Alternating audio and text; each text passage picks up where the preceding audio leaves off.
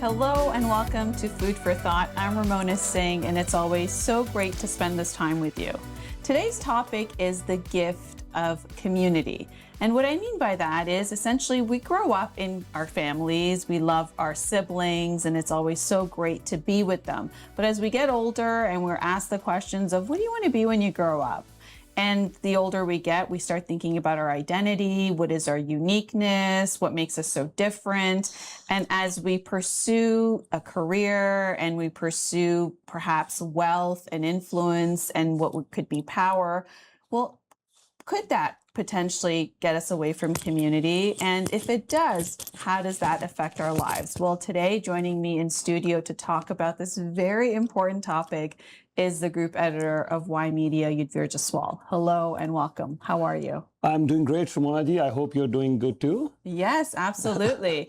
And, this topic I essentially want to talk about is, in the Western world, right? Eastern world is a little bit different because you grow up in such big families and you live with family and then you have functions with family.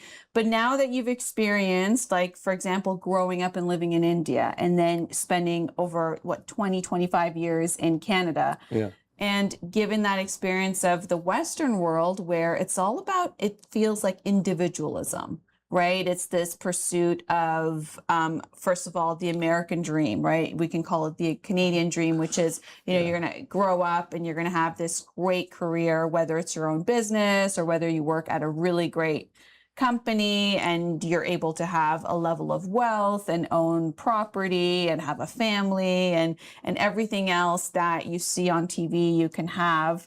And then there is also a lot of life that you give up to be able to pursue all those goals, right? Yes. Given in living in the Western world, and I would say a big part of us is consumerism. Like capitalism is a big part of it is what are you going to sell? What are you going to purchase? And the thought process of where that takes you.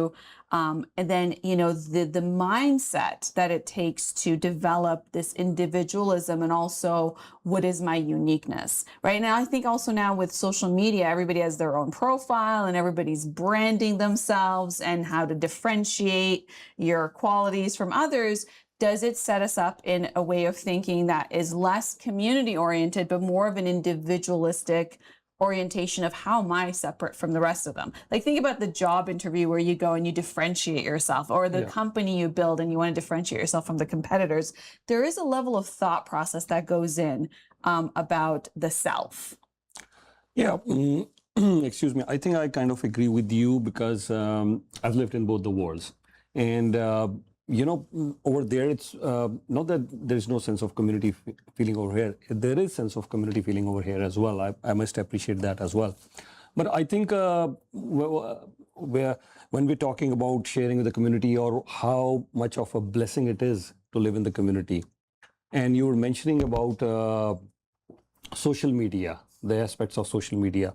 We discussed that earlier as well in Food for Thought. We're all, I would say, hyper connected on social medias. We post, we react, we like, we share. All those things are great. But I think humans are designed for real connections. That's how we're designed. Humans are designed for real conversation. And today, I know because of time constraints, earlier we were thinking that should we do this virtually? Nothing wrong with doing this virtually. But Food for Thought, there is a different thought process.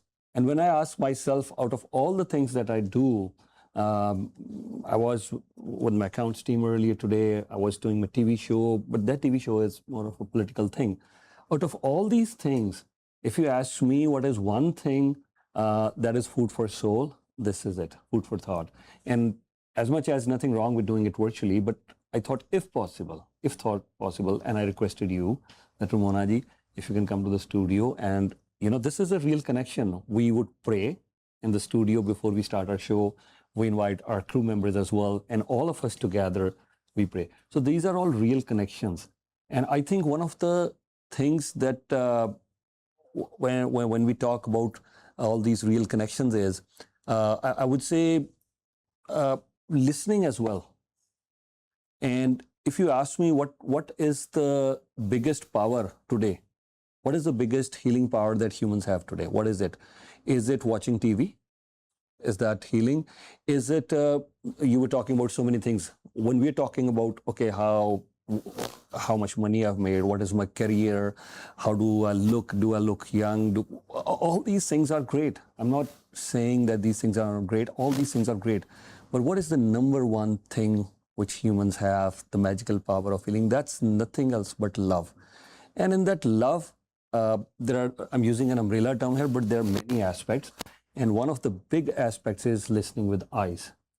Yeah, of course, sometimes we're listening, oh, I'm listening, and we know the other person is, the heart is not into our conversation. So when we're listening with our mind, with our soul, with our heart into it, and of course, listening through our ears, that is a time that in itself is a massive healing. And I think the blessing of living in the community, because as I was saying earlier, we are designed to build all these connections. And when we could be hyper connected, but very emotionally drained, emotionally very isolated. And when we are building all these connections, you know what is the number one thing? And I'm a very strong believer in building a very strong support system. Mm-hmm. In building a very strong support system for our lives. Of course, we'll have challenges. One of the reasons we see the mental health issues, with due respect, I'm saying, it's not to say the mental health issues weren't there in earlier centuries, they were there. But one of the reasons that the mental health issues are on the rise, that we're not building a strong support system for us. So whether strong support system, it's your choice. You can build your strong support system through your family, through your friends, through your co-workers, through your neighbors, anybody. And that blessing can only be achieved through living in any sort of community. So if we build that strong connections, the real conversations, the real connections, I think that is a blessing. Absolutely. And so what I want to ask you about is you've experienced both. Yeah. You've experienced life growing up in India, where you have a brother and a sister, so you're a family of 5. Yeah. And then once you got married, your wife Preeti moved into your family home, and then you're still living with your brother if he's still around. You're living with your brother and your mom and dad. Maybe your sister gets married and then leaves the family home, but the structure of living in like a multi-generational family, and then just community, and then of course having your own family within that structure.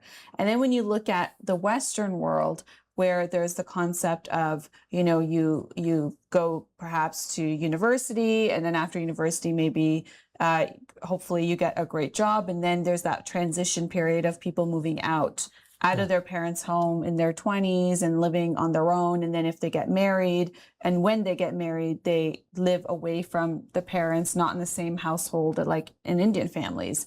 And then, then there's the whole, maybe they see their parents like every weekend, once a month. And then as they have children, raising children without the help of your immediate family and relatives who would in an Indian family live under the same roof.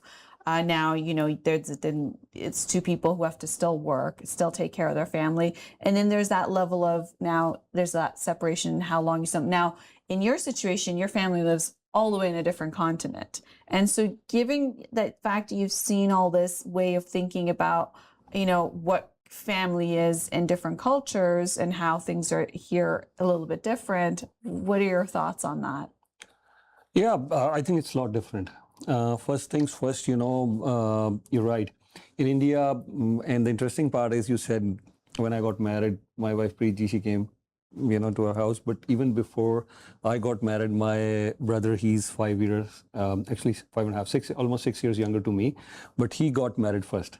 So he got married first. So he's 6 years younger. So we had my brother, his wife, and then it was me. And then 6 days later, I got married. so we were 4 of us. Then mom, dad, all of us lived in the same family. Then my niece was born. She was also there. And of course, in our family in India, we have it here as well. It's not just the family, but of course, with due respect, I'm saying we have people who are coming home to do different stuff. They're also part of our family. Like we had one young boy. There were other girls as well, but there was one boy who was 24/7 with us. Now these days he's in Dubai, so he was there. So after dinner, we would take him out, in our car. He was part of our family. He'll say, "Bhaiya, drive the car fast, fast, fast," and we'll go out. So living there, and the other aspect is like my father, our immediate next neighbors. Every day they would go out for walk together, and either our next door neighbor, he would have breakfast at our house, or my dad would have breakfast at their house. In the evening, they would have tea together. And say, for instance, I'm coming back home. My mom used to teach, and I won an award. So I wanted to share, I won a medal or something like that. But if my mom is working, what do I do? So I go to our next door neighbor and we celebrate like a family. And this is how, as a matter of fact, just the next door neighbors, they had, uncle had one son and 5 daughters. So it was like 3 of us and the 6 of them, 5 daughters and 1. So it was like a unit, our next door neighbors. And one of our, because they're all Didi, my sisters, all 5 of them. So one of the Didi, my sister, she got married at our house as well. That's how closely knit it was. And there was no, actually, they were not even, I'm talking about the time when there was not even a landline. So just you would hear a knock on the door and you had families coming. And in India, the concept, it's still the concept, it's a tourism slogan as well in India today, Atiti Devo Bhavo. So that simply means that whenever there is a guest, Atiti Devo Bhavo. So we were all so excited, serving hospitality. And I think I'm trying to somehow do in a certain way here as well, like in our studios, here at Channel Y Studios. Even today, there'll be food served outside. We'll have an evening live show here. After live show, or sometimes 8 before. So one of the hosts, he'll bring tree. Sangasab is going to bring tree, and then there's snacks being served, and then you have the food as well. So it's like a community thing. It's not a formal studio. You come and record in the studio and you go. No. Food will be served without any guest that has come here. A try. If they're in rush, then that's a different issue. Any guest, any political guest, we always tell them there's no way without tea, snacks, or leaving. And 9 out of 10 times, if it's lunchtime, we will be serving the lunch. If it's dinner time, we will be serving the dinner. So I think that is something, the hospitality, the connection, and when we came here, it's just me and Preeti, 2 of us over here. And, it's a matter of chance. My brother and sister, they went to Australia. Her 2 brothers and sister, they went to Australia. So it's just the 2 of us over here. But we are very fortunate, actually fortunate or lucky is an understatement. We are very blessed that we have built a family over here. So we never, of course, our brother and sister, we go to Australia or they come over here. My niece, she's visiting right now from Australia. But this family that we have made, so I think I want you to share your story as well. And I want to ask you a question actually. I want you to share your story as well. And then I'll share another very interesting story. How has it been different for you? You were born and brought up in Iran, but then very early you came to move to Canada, and you have your family members here as well. You've traveled a lot in India. You've lived a lot in India. You've seen that part. I want to ask your story of living in Iran, living in Canada, and living in India. What's the difference? Yeah, great questions. I grew up here. I came here when I was 9 years old.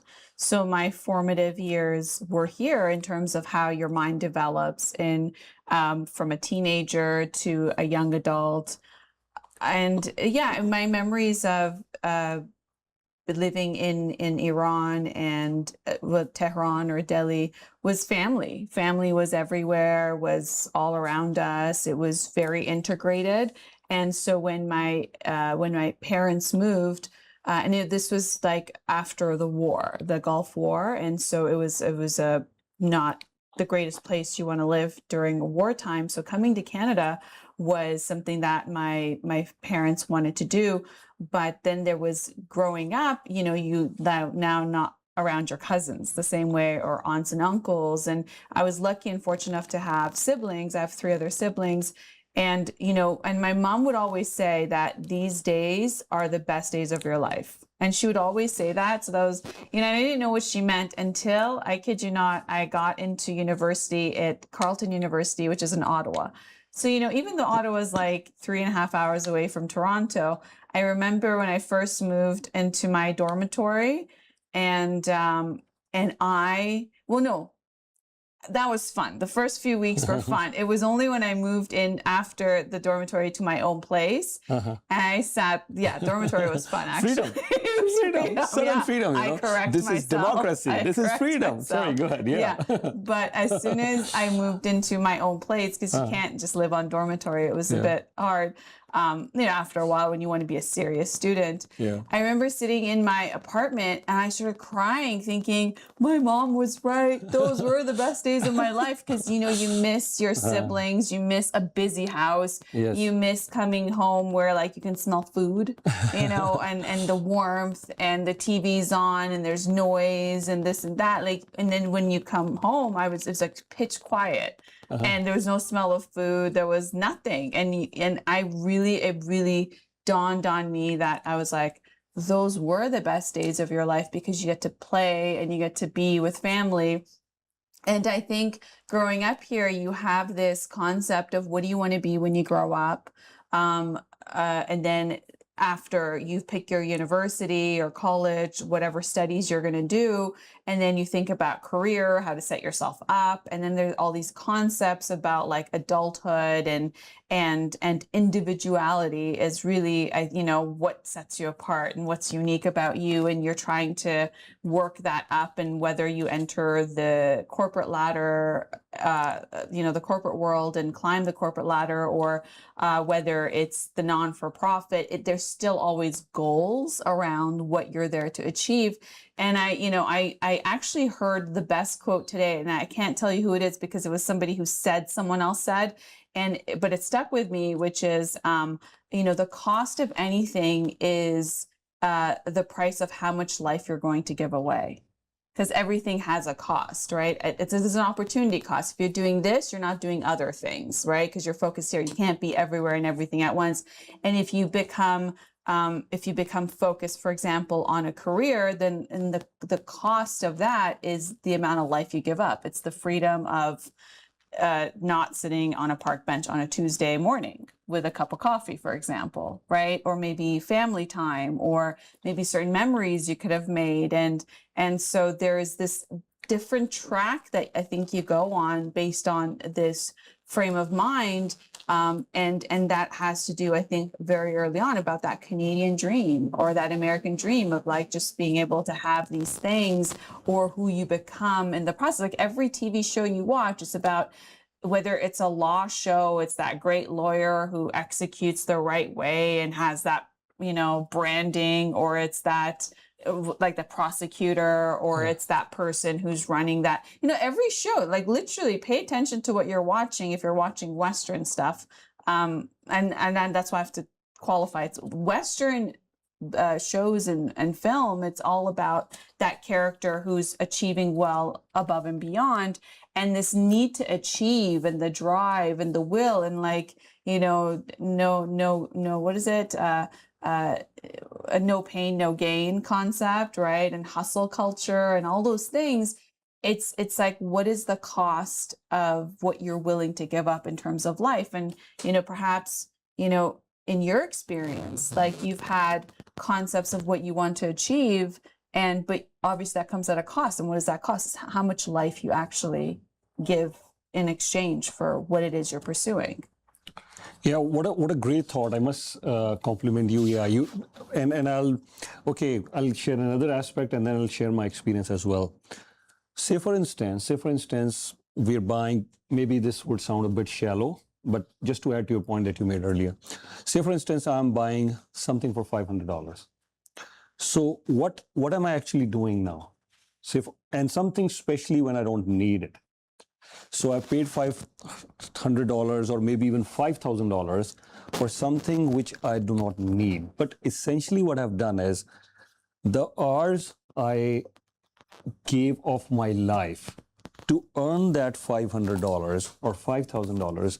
So I'm essentially buying something, and I must remind myself that this many hours were put down in, really. So I gave. What else do we have? Our life is finite. Our life is not infinite. We uh, this is the resource which I doubt anybody can, create an infinite resource. No, our life is finite, and so are hours, days, hours, minutes on this planet. So if our life is finite, out of that finite limit, if I am buying something worth $500 or $5,000, so that means it could differ on person to person basis. So say for instance, to earn $5,000, if I put in an entire month, so that's almost maybe 150 or 200 or maybe even more, 250 hours of my time. So here I'm spending 250 hours of my lives, and I'm trading that for something which I may not even need. So you're right, we need to be very mindful. Now, sharing my experience, for many years, what happened, I would meet someone and we had a great connection. Oh my God, you remember, we were in India, we came to Canada, you've done reasonably fine. Oh, I had a dream of buying this house, and we're having a cricket match. And this guy, when I went to his house, oh, we have a jungle, we have a cricket match of all this, and I want you to come to my house. I said, I'll come. Next time, 3 years, 4 years, I didn't have the time to go to his house. Okay, this guy meets, so many people meet me. Then I saw the point that you're making, the true conversations, the community connections. So in 2024, everyone asked me, what would you do on your vacation? You're taking a vacation after a while. I said, yeah. So Reggie and I had a plan in my mind. Our mom was also here. So they said, are you traveling? So I didn't tell anyone. So we already had our plan sorted out. So from 21st of December till 9th of January in 2024, all we did was we call everyone before our vacation would start. I say, is there time we could come to see you, or you could come to see us for dinner, for lunch, for breakfast? And they said, okay, fine. So we started booking our days. So we'll meet all those with no business connection. Sir, if you want, I'm more than willing to sit on the floor, and the conversations, the family, oh, you have kids, wow, they've grown up, wow, nice. And we would share old memories. Just sit down. And in case the days, out of all those days, in case I would have, I think I just had 1 or 2 days where we were not able to meet this one. It's just me, Preeti, and my mom. I was driving in downtown from one corner to another. We're going in this neighborhood, that neighborhood. Wow, Christmas. We're just savoring that, enjoying that, having dinner, tea, coffee. And on 9th of January, I called Gurpreeti, my colleague. I said, you know what, I'm not coming back for another 10 days. So he said, sir, why? I mean, usually you don't take a break this long. You've already taken a break this long. Another 10 days? I said, yeah, I'm not coming back. The reason is, to your point earlier, I said, you know what, on 19th, my mom is going back. There are only 10 more days. I want to spend every single moment with my wife, with my mom. And of course, we'll go around. And few of them, when they got to know, so why didn't you come to our place? We said, okay, fine. And I think those are the, and to your mom's point, mom is absolutely right. It's been years now, and we are planning a family get-together next year in May. It's been years now that I think the last time it was 2012, when all our family members, we got together. Otherwise, what will happen is one or the other is missing. My brother is missing, or my sister is missing, something or the other. So it's been years now. So we're planning that. And your mom was right. Having great connections through family, through friends, through coworkers, neighbors, it's a blessing.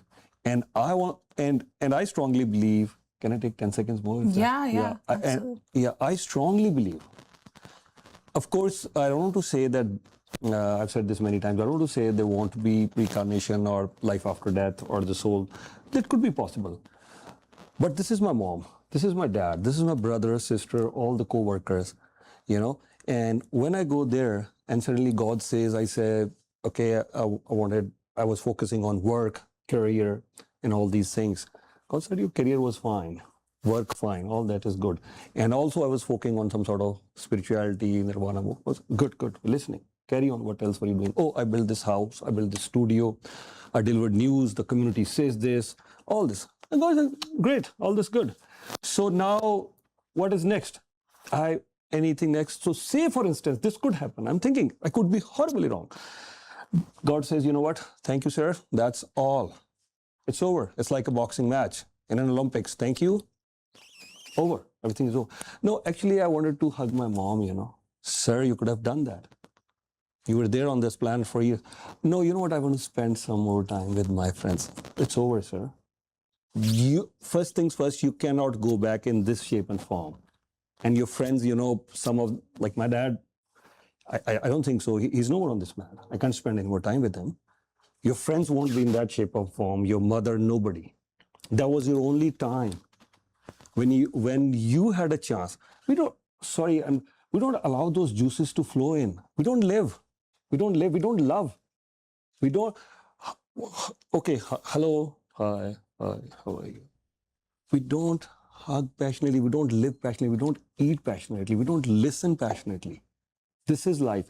As much as running this whole Y media, you can call it business. I don't consider this a business. This is, I'm not saying it's a charity thing, but running these affairs, it takes a lot of time. But my main mantra, my main focus is very clear. This is all family. I want to build that connection. I want to live. I want to live. My wife Preeti told me when after watching Buddha, I said, what do you want? He said, live your life. So I try to hold on to people anywhere, with my mom, my sister, my niece is here. So I was just calling her yesterday.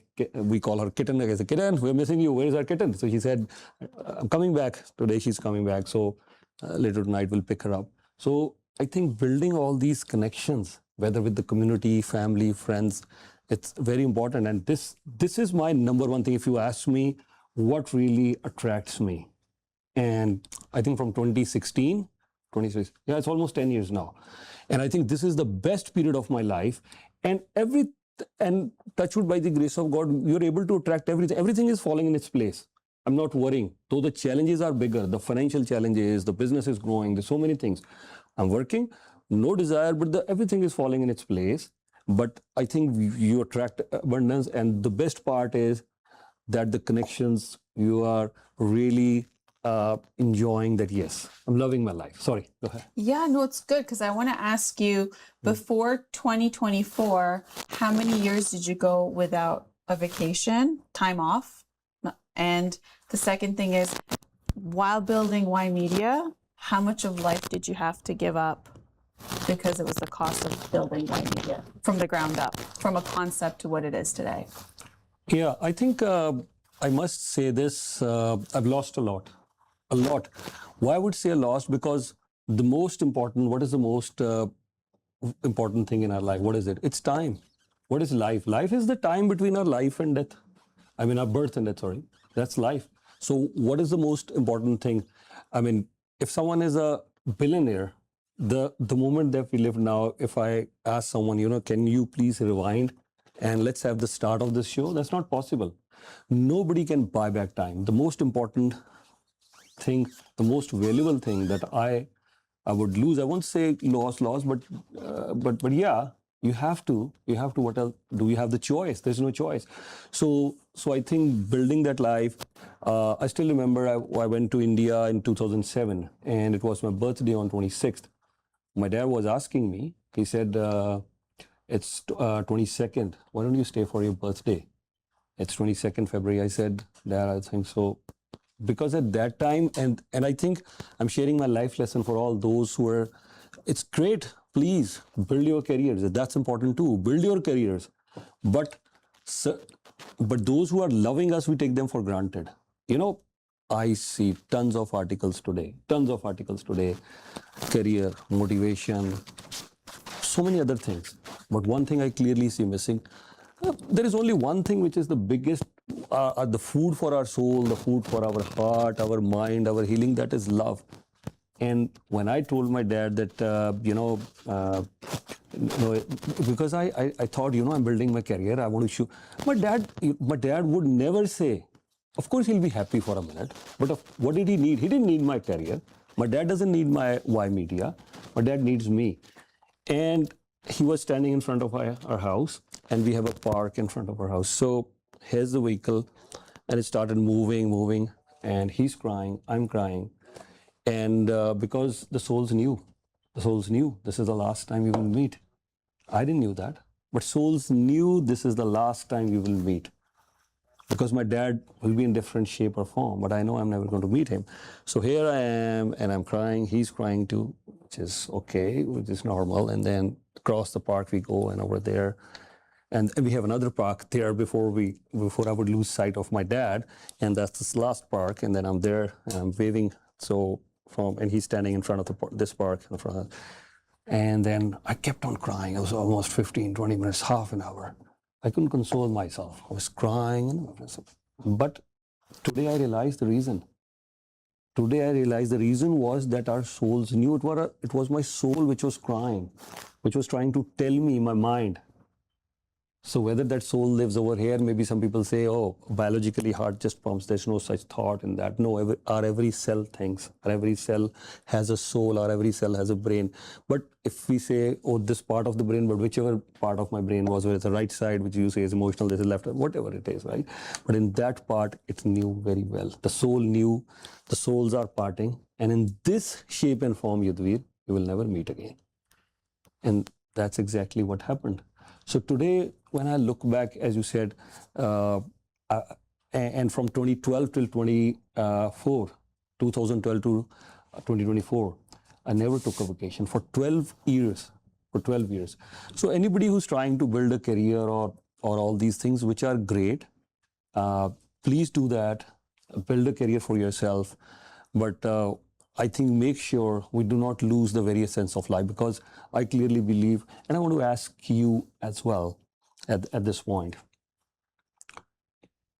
whatever I'm saying, does it make sense to you? Number one. Mm-hmm. Secondly, do you also value this, that yes, the relationship, the real conversations, only your viewpoint. Please go ahead. Thanks for sharing about your father. Yeah. As you were sharing that, I remembered actually the last time I saw my grandmother. Yeah. And she was living in Los Angeles, where my uncle lives, and where my sisters also live.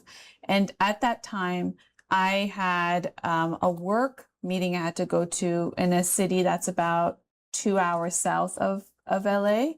And I flew from Toronto to that other city, and the airport was near that city in Newport Beach. And then what I did was, when my meeting was done, I thought, you know what, I'm gonna just get a car and go see my family, right? And change my flight details and all that, because they had booked me. And so I said, no, I'm already here. So anyway, I went up and I saw my family and my grandma. And the day I had to go, which was a few days later, to catch my flight, I hadn't changed the flight to like LAX. So I still had to go back to that airport, which was 2 hours away. And my flight was in the morning. So I got up early and I saw my grandma was up and she was praying. And so while she was praying, I stood there because, I'm going to wait till she's done to go into her room, and I didn't want to interrupt her. But then at the same time, I was thinking, like, I have to go catch a flight, right? And I don't know how long her prayer is going to be. But then there was a voice in my head that said, you don't know when you're going to see her again.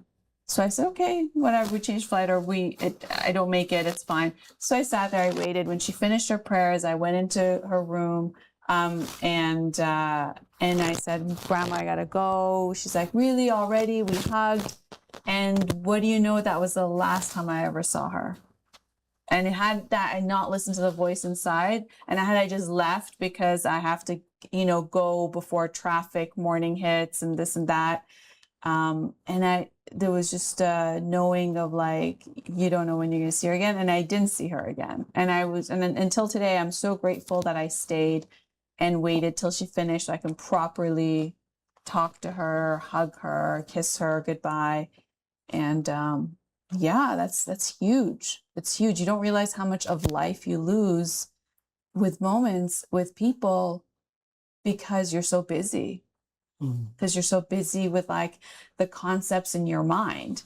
And I want to fast forward to the concepts of, in today's world, people work from home. So there's that fact of like, maybe they don't see anybody. They're not going into a workplace where they have colleagues, or maybe they're working independently, or they're working on, their own projects. Maybe it's a freelance, or maybe it's building a business, and there's that solo aspect. And so there's a lot of isolation that takes place. And, there's also, a lot of challenges people come with, right? With whether it's their own personal family challenges or their personal stuff, or external things.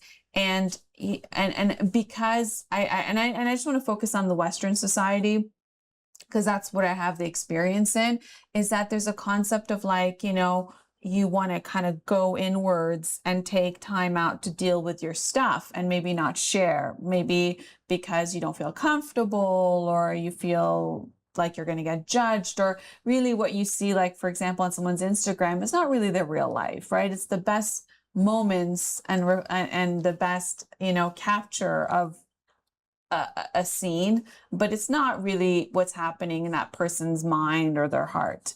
And, we have to go back to like when we first came here on earth, there was a concept of tribes, right? And it was a big essential part of our survival, right? It was in tribes that we would go into, and people would have different roles in that tribe. There was hunters and gatherers, right? The hunters would go and hunt for food. Gatherers would, pick the fruits or the vegetables or whatever the case is.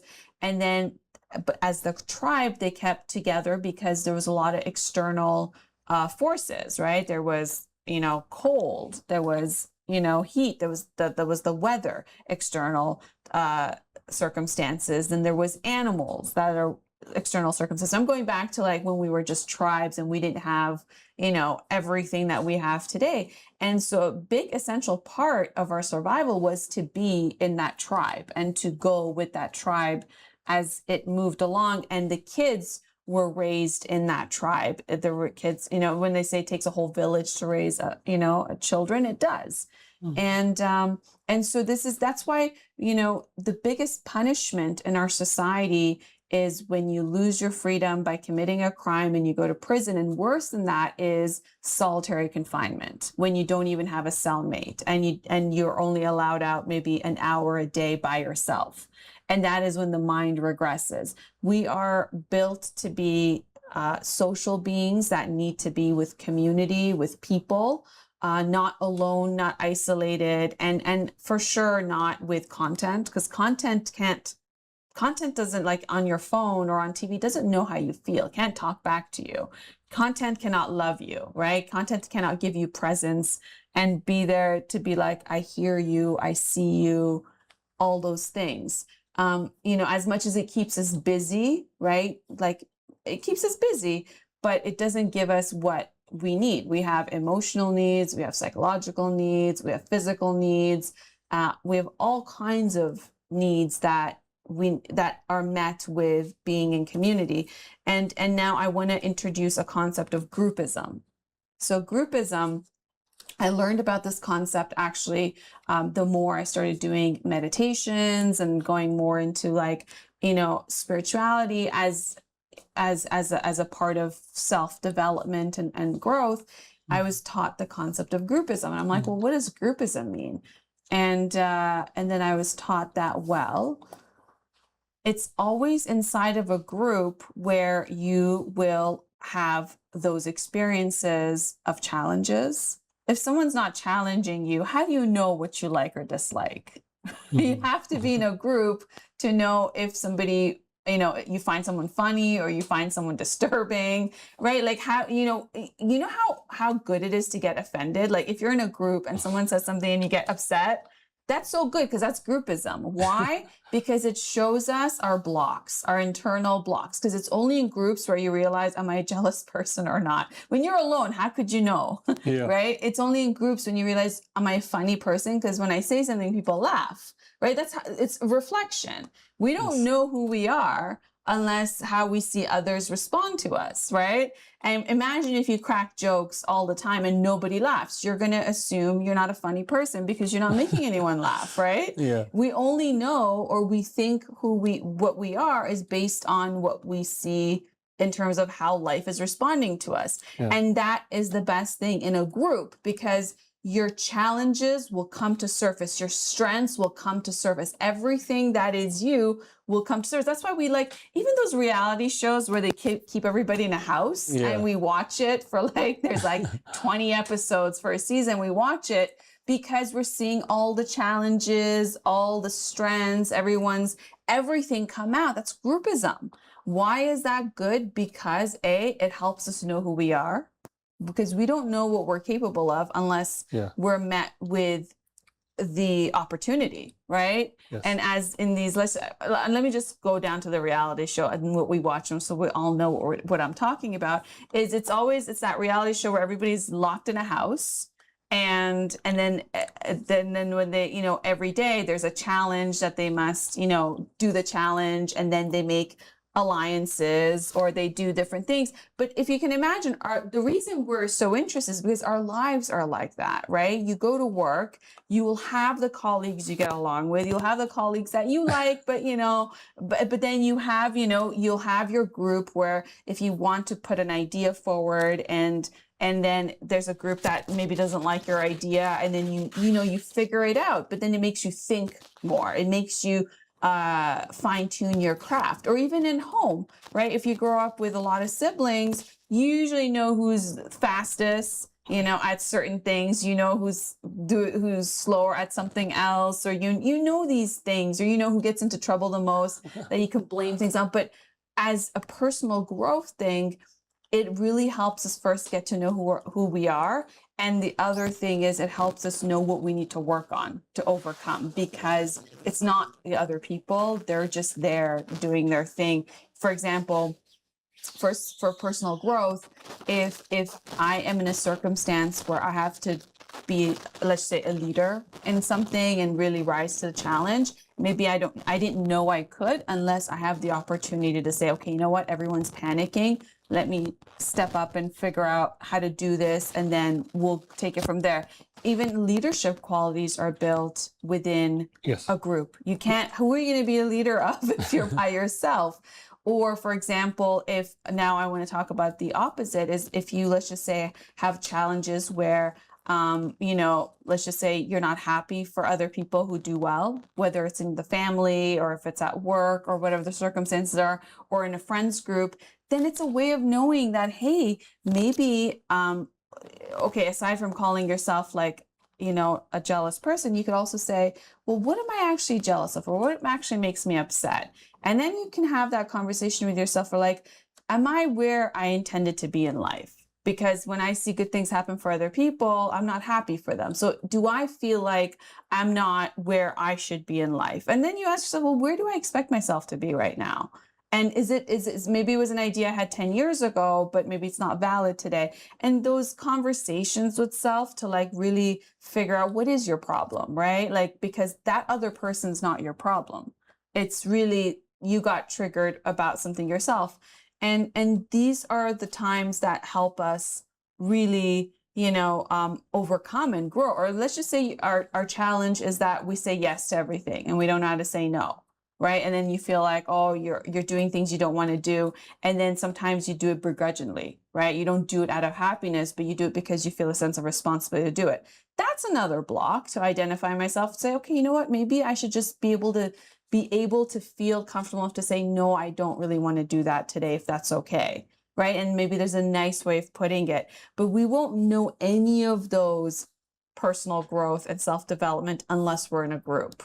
And what I mean by group, obviously, community. We have to be in community. We have to be around other people, because that is when things happen. And that's why you have the concept of marriage. The concept of marriage is, even though many people who are married will say this is one of the most beautiful, but also the most challenging thing, is because that entire concept is there, the concept of groupism, to know who you are in the reflection of your partner and who they are, and the challenges that you have to overcome. Maybe you learn to be more patient, through those Of course relationships. you do. Maybe, yeah, you learn how to compromise. You learn so many things. So that is the concept of why it's such a gift, not being alone, because we heal in groups, we grow in groups, everything happens in groups. So what if the question were to change, not about who am I supposed to be and what are my strengths and how can I differentiate myself? What if the question becomes, who can I be to support this group, this community, this family, this group of friends or group of colleagues, or this family, and also, and how can I use my strengths to contribute to the betterment of this group? And I mean, group could be family, friends, whatever that group is. And what if I were to get away from the concept of I'm the best and our family are the best and we're going to show off we're the best? What if that concept didn't exist? Not the I, but the we. And who am I in the we? And how can I contribute in the we? Is the concept of today's thesis. Very well put together, and you're right. I mean, in a group setting, we learn a lot, and I think the topic, as we're discussing, sharing within that community, I think in any group setting, in community, or when you're saying when friends, co-workers, in a family as well, I think we learn a lot. But very importantly, I think our little gestures go a long way. When we are in any community setting or any group setting, you just said that, how can I help? I think there are a million ways we could genuinely compliment someone. We could really inspire someone. The best gift that you can give to someone in a community setting when we are sharing our expertise. I clearly remember once you said, one of our mayors, she's no more the city that we're sitting here in, Hazel McKellen from Mississauga, and you said, I wish she would have written so much the ideas that she had to share. Yeah, go ahead, you want to say something? No. Yeah, and you're right. You're right. I mean, sharing our expertise to the community, sharing our values, encouraging someone, really supporting someone wholeheartedly. All these things, they go a long way. And you're talking about marriage. Yes, I mean, I would not really use the word compromise. Why? Because as much as, one generation above us, it was mostly an arranged marriage. And then a couple of generations above, or if we go further to our ancestors, most of them, I would say, was the concept, especially from the part that I belong in Asia, in India or Pakistan, that part of the world. As the concept was arranged marriage. So yes, there was some, I would say, maybe not. I don't want to brand anything here or stereotype anything here, but yes, there was some sort of compromise was there, because then the parents would fix the marriage. You're not choosing anybody by yourself. And then, of course, there was some sort of, but mostly in our generations and in the Western world, we're picking our partners ourselves. So you're right. You learn a lot of patience. That's true. So, but I think I'm not here to lecture or guide or suggest or even say anything. I'll just share from my experience. I think whenever we're picking our partner, we should see that yes, this is one part of the equation. That do I want to live with this person for the rest of my life? And I'll use the word, will the conversations carrying on for the next 1,000 years? It's not 5 years, 10 years. Once the honeymoon period is over, with due respect, I'm saying the conversations sometimes die down. You're not really spending time together. And then you have, with due respect, I'm saying, then we have kids. Of course, the attention, the time sometimes gets divided, because raising kids, that in itself, as much as I would say it's a blessing to have kids, but then obviously it takes a lot of effort. We're managing, and especially for the females, I think it becomes very tough. You're juggling around with multiple things. You're juggling around with your spouse. Then there are chores at home which you're expected to do. Then maybe sometimes in big families there are in-laws and others as well. And then there is family. You got to take care of kids as well. So there is a lot which is on the plate. So it becomes, and for the male folks as well, it becomes sometimes challenging. How do because I'm a strong believer of this thing that yes, as a male member of the family, I need to take care of everything. When I say everything means financially everything. That's my thing. That has been always my thing, right? When I was 17 or 18. So I have to take care of everything. So when it is everything, so yes, that part has to be taken care of. But and most of the male folk think like that. When you come back home, obviously you have to take care of certain responsibilities with your parents, with your brother, sister, your spouse, children. Of course, the children want it. Yeah, and that's right as well. So how do you manage all that? And then the discussion that we're doing, sharing with the community, So we have roles and responsibilities with community as well, with our neighbors and so many other things. So I think there is a lot of, it's a huge learning curve for everyone, but I think you're right, patience is the key.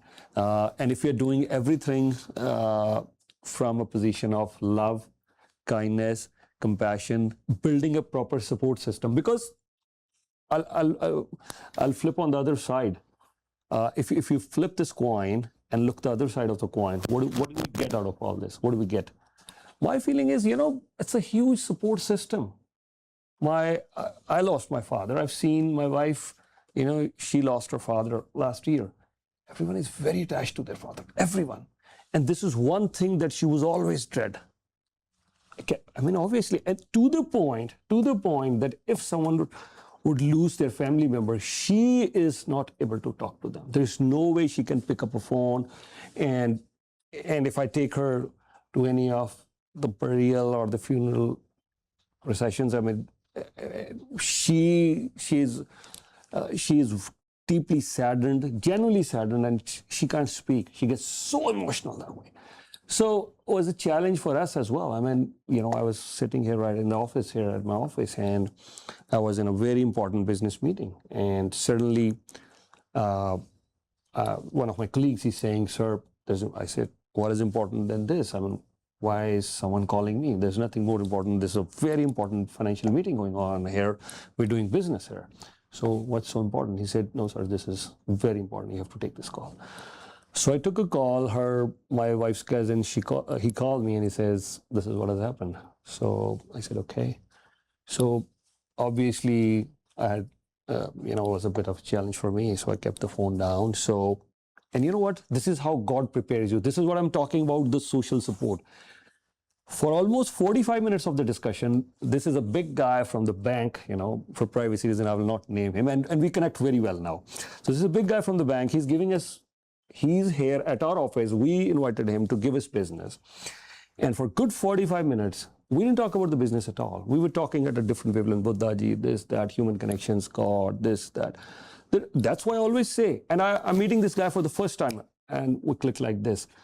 Whoever is coming into life, whatever is doing, there's always a reason. So for 45 minutes, we were talking about spirituality and all that. We didn't even talk about business because I think this universe, the God, the nature knew that this news is about to hit. So it won't be about business anymore. It won't be about business anymore. It will be about something else. So I think I was being prepared for that. So after that, I said, "I'm so sorry. I have to leave right away." So this is what we're talking, sharing community. He stood up and he shook hand, and we had built a connection all those 45 minutes. I completely get it with business. So you run all. So I said, I didn't say anything. I said, "It's not business, but it's something very personal. I have to rush right now." So I stood up. I called my wife. I said, "You know what?" I called Preeti. I said, "Preeti, where I want to, I'm coming home and I want to have food. I'm hungry." He said, "It's early in the morning. You don't need breakfast. What's going on?" So I said, "Yeah, I don't know. I'm feeling hungry. I'm coming home." I know the moment I gave her the news, her world is going to change forever. So I went back home, and her cousin was there, and Gurpreet, one of my colleagues, was there. I went back home. She was praying. Again, the same thing. She was in the prayer room at that time when I went. So I went. I sat beside her. We prayed together, and everything nature knows. Universe knows everything. So we prayed together, and she says, "Why are you so early? It's not even lunchtime." I said, "Yeah, I don't know why. I felt like coming home and having food." I said, "Okay, food is ready." So we have a lady, usually she does that, but she comes sometimes a little bit late. So she cooks our food. She said, do you want to get her?" I said, No. I want you to cook something. whatever. He said, okay, fine. She cooked food for me. I told Gurpreet ji and her cousin, you guys stay outside, don't come inside. Give us some time. So she cooked the food, and then we had food, and then I said, I want to have tea. Tea? I said, yeah. She said, you only drink tea to give me the company, and why would you want to have tea? I said, yeah, I want to have tea. So because I knew once I'll say that things are going to be very different. But here it is. So she made tea, we had tea, and that's the time I broke the news. I said, this is what has happened. Tell everybody what happened. I don't think they know. Oh, my Preetji's father passed away. So the news was Preetji's father, he passed away. So I told her that, obviously, so when I told her, I can't tell you. Things obviously, everyone is very attached to their parents, and she is very closely attached to her father. And then after that, very important thing, I'll connect this with community, with her, with family, how important it is. So this thing happened, and then obviously all those things are happening. After a few days, I was outside, our house, the connection of the community. There's an old couple who live close to us, and they came to us, and this Mataji, they hugged me, and then uncle. And she said a very profound thing. She said, in Punjabi, he said, Yudhvir, ਉਹਨੂੰ ਤੂੰ ਹੀ ਸੰਭਾਲ ਸਕਦਾ ਹੁਣ. You're the only one, not as a savior, you're the only one who's going to really take care of him. And with you, everything is okay. So as much as I knew this, but I thought even someone who would rarely come to her home, and this is the strength of the community. She knows this. And I can say this, everyone misses their dad or their loved ones when they're not on this planet. Till date, like sometimes it's me and my brother. Of course, I don't drink, but once he's tipsy, then he'll talk openly. That's the thing. That's another thing I'll share, Like my dad and myself, we never got to become friends. We were like, the only time, there's an issue happened, which I'll discuss some other day, but I came back home and I hugged my dad and I slept with him. He was sleeping there out. So fortunately, he was not sitting indoors. He was sleeping outdoors that day. That's the only day I hugged him and I slept with him. But with my brother and I, mostly it's a discussion. It's a very formal discussion. So, but now we realize that now we've opened up and we talk. We miss our dad. And sorry, I'm sharing this, but he said, a day won't go by. It's been years. He said, why a day won't go by when I don't miss my dad? I said, I know. Same for me too. And we discussed this after so many years. So this is a support from family, community, whenever there are challenges. And of course, there are many blessings as well. I don't want to paint it all gloomy here, but yes, there are a lot of blessings to have that support system, that family bonding as well. May I ask you, how do you say that community has played an important role, in your shaping up your thoughts? Such a great thing to ask. And here's the thing. When I say community, I also mean family, Yes. friends, right? It's not just like the community outside your family, because if you think about it, you come into a family and some people are not fortunate enough to have maybe a big family, and they grow up, maybe their parents pass away, they don't have siblings, and then they have to go and create a community, their own friends, their own family. But as you get married to someone, you're also then creating your own family. And now when it comes to actually the marriage rate, it's actually quite low. In Canada, it's about 3 in every 1,000 people get married. So it's quite low. 3 in every 1,000? Yes. Well, if you want to be more specific, 3.9. So let's say 4 in every 1,000 people get married. That's our statistic. No, are you Yes. sure? Yes, I'm So sure. out of the 100 or 1,000? 1,000. 1,000. Out of 1,000 people, only 3.9 or maybe little less than 4 people get married. Yes. The rest 996 don't get married No. in Canada. And it's happening now with the younger generation that are not, going into society. There's a whole thing about like the hopelessness of not being able to find the right jobs or to be able to own a property. When you don't have those things, it's very hard, for example, for someone to think, oh, now I'm going to go and get married and have children. So it delays everything else. And the what you were talking about, the setup of, when you get married and then you have your kids and this and that. My whole question, as I was thinking of what you were saying, all the busyness of life and running your work and your family life and kids and parents and grandparents and the community, is that imagine if you didn't have all those things, who would you be? Right? You rise to the occasion when you have challenges. You grow within the occasions of being a responsibility comes when you have something to be responsible for. How else can you learn responsibility unless you actually have things to be responsible about? And so that's a very critical thing when it comes to community and how you can have self-development and growth.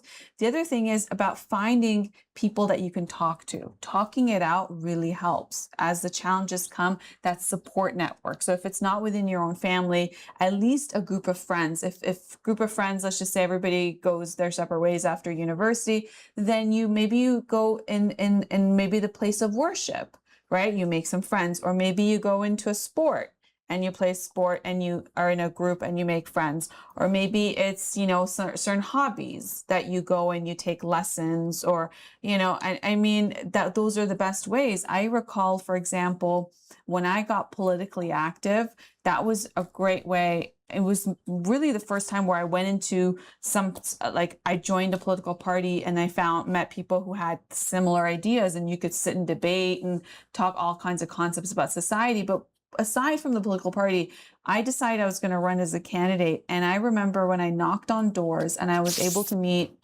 all kinds of people. And when you're a candidate, they'll share their worries with you because they think, you should be the person who should listen to their worries and do something about it. And you listen. And boy, did I have the experience of when you can get out of yourself about your silly problems and really listen to people from all ages, from elderly to middle life to young people, you change. No longer is your concern or your thoughts like comparable to some other people's real challenges, or when they share their happiness with you. And that's why, it even says it like actually in the Bible, it says, if you have challenges, if you're going through a very difficult time, go and help someone. Go and help someone, because 10 out of 10 times when you don't want to do it and you want to be alone and you don't want to talk about it, if you actually just go and help someone. My friend, she lost her husband at a young age and they had a son. And so she went through this depression. And at the same time, she said that she had a friend who was trying to start up a magazine. And so her friend said, can you come with me? I have to go meet people. I have to go put this thing together. And so she decided to go along with her. And she said through the experience of just going with her friend to these meetings or helping her put together this project, she goes, if it wasn't for that, she goes, I don't think I would have left the house. I don't think I would have been able to be a present mother for my children, for her child. And so those are challenging things, right? Because loss is part of life. And if we don't have big families or we lose people too young, whether it's parents, like I know someone else who lost his father when he was young. He just had a mother and he didn't have any siblings, and his mom just passed from cancer. So here you have someone who doesn't have siblings, no mom and dad. And sometimes life is this way. But what do? You have to actively seek community, people, create your life, create your support system, and put yourself in a position of responsibility, because we grow through responsibility, right? And so that is why I call community a gift. As much as, and when you have a gift, you actually realize the value of the gift, and then you're really happy about that gift. And it really is. And we're social beings, and we evolved through the concept of tribes and the survival within a tribe. And therefore, if you see someone, if you're blessed to have a big family or big friends and a big network, that's amazing. And it's the question is, how do I show up more to support them? Because the more I support them, the better I become at who I am. The individuality is actually connected to the group, to the community. But if you also know someone who doesn't have family here or doesn't have a lot of friends or a network, don't let them be alone. Invite them, reach out to them.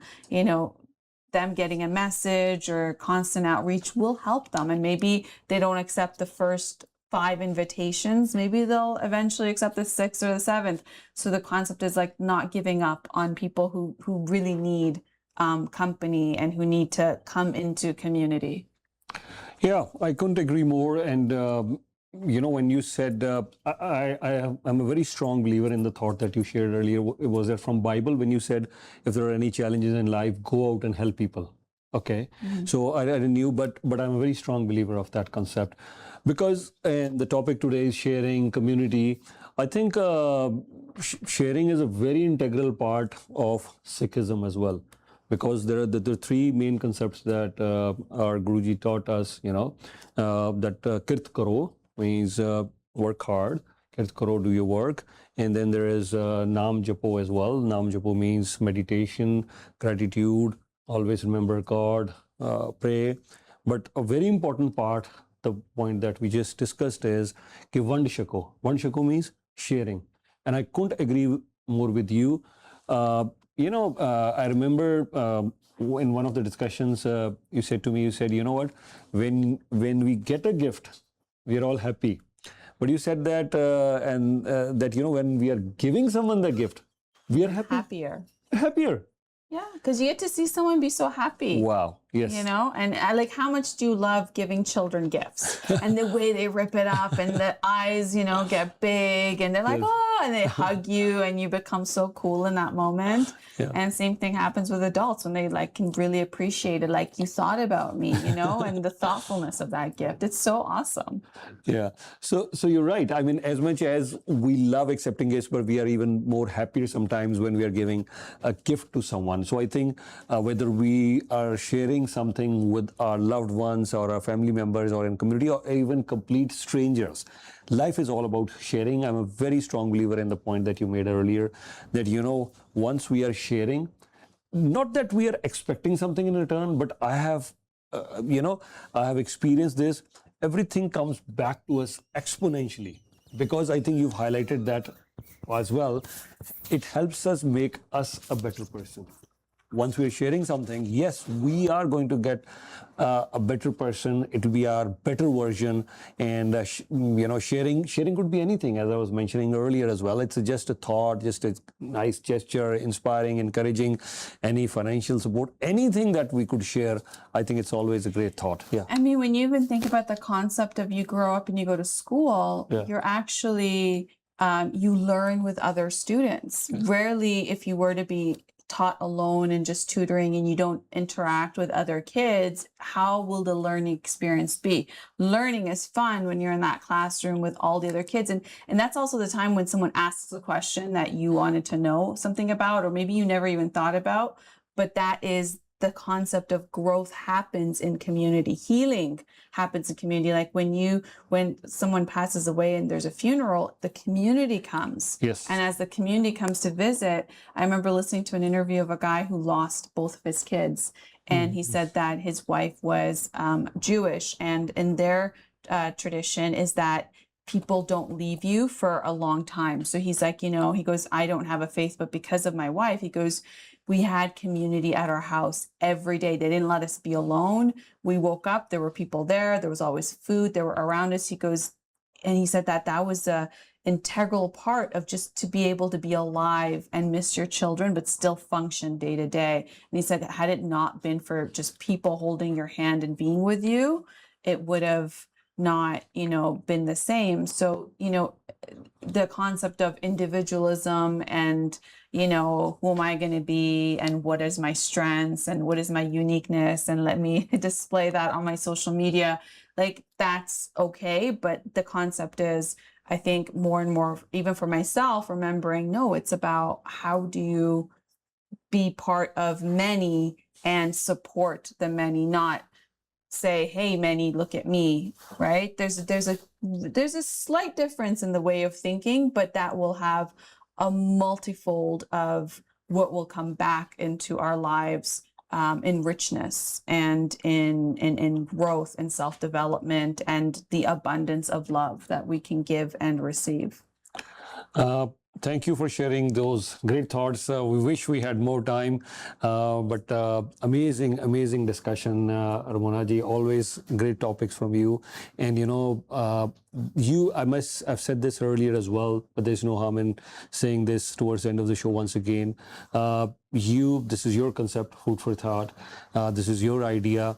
I was very reluctant of sharing, because that's the topic of today, sharing with the community. I was very reluctant of sharing my personal things with the community, because I always thought, I'm as the group editor, I have to talk on serious issues, not my personal issues.